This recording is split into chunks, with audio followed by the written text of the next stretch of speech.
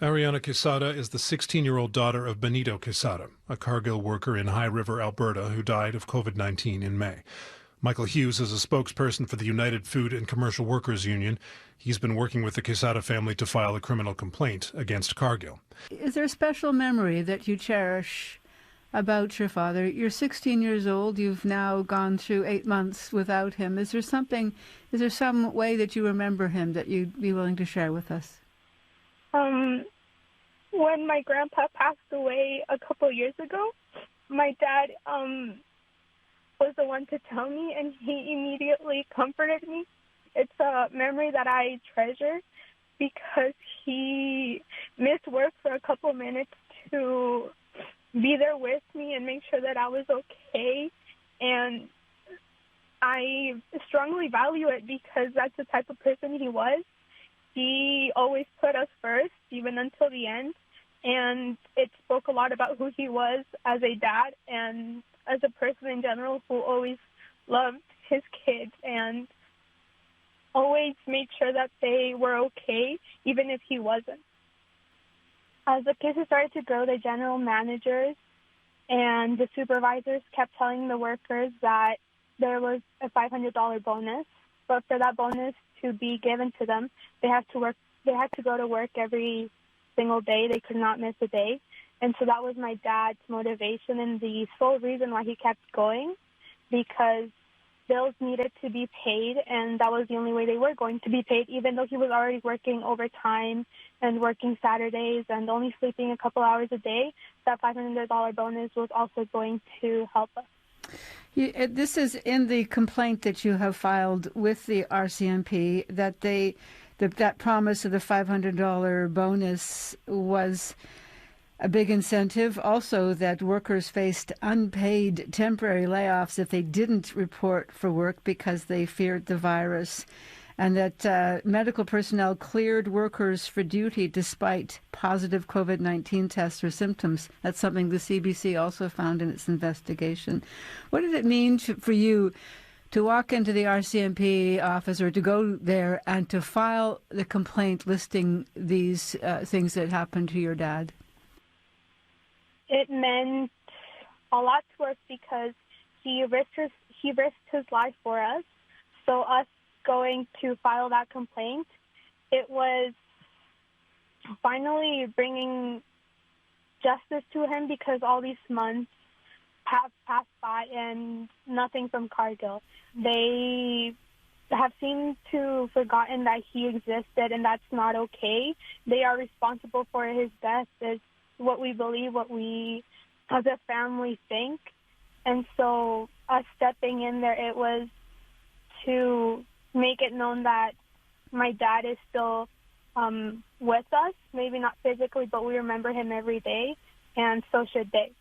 Just remind people that there were 950 employee cases that ended up being confirmed at the plant. Your father's death was one of 3 deaths related to that Cargill plant. And I want to bring in Michael Hughes, who is a spokesperson for the union there, and just ask you, Michael, what of the claims in this complaint, what constitutes criminal behavior in your view? Right. Well, I mean, we've helped the Quesada family bring the complaint to the RCMP, and as far as we're concerned, there are laws in Canada that govern workplace health and safety and labor laws, and there's also criminal law. And as far as workplace health and safety goes, Cargill, the plant in High River, was the largest single workplace-related outbreak in North America, and so the cumulative effect of the many things that are cited in the complaint are that there may be some need for the RCMP to investigate as a criminal matter whether enough was reasonably done to ensure the health and safety of the employees, and specifically the health and safety of Benito Quesada. And we should point out that the RCMP has opened an investigation into Benito Quesada's death at this point based on that complaint, but none of these claims against Cargill have been tested in court. And I'm just wondering, just in general, the union must have had great concerns about what was happening, since they, within this complaint as well, they cite the lack of proper protective equipment and lack of physical distancing. What concerns did the union have at the time? Oh, yeah. We had many concerns, and we raised them frequently and early. In early April, we called for the plant to be shut down for a period of 14 days, for employees to be given financial security and pay for that period of time so that they could self-isolate. But another really important part of our demand at that time was that there be an independent investigation carried out that took into consideration the feelings and the fears of the workers themselves.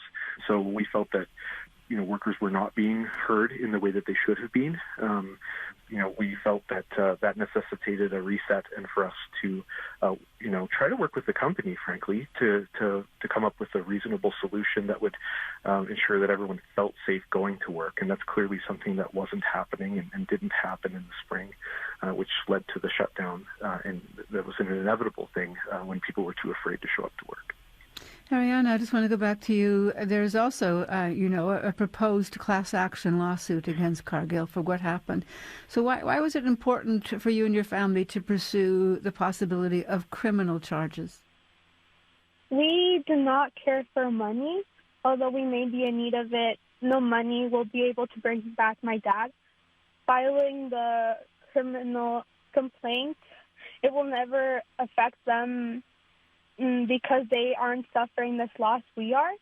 But this way, my dad's name will be associated with their company for a very long time, and that's what I want. I want Cargill to always be associated with my dad's death because they were the cause of it. Ariana, I'm really sorry for the loss of your dad, and you sound like a very strong and determined young woman, and I appreciate speaking with you. Thank you. Thank you. And thank you, Michael. Thank you. Bye-bye. When we reached out to Cargill, a spokesperson said they had yet to see that complaint and cannot comment on it or other litigation, including a proposed class action suit.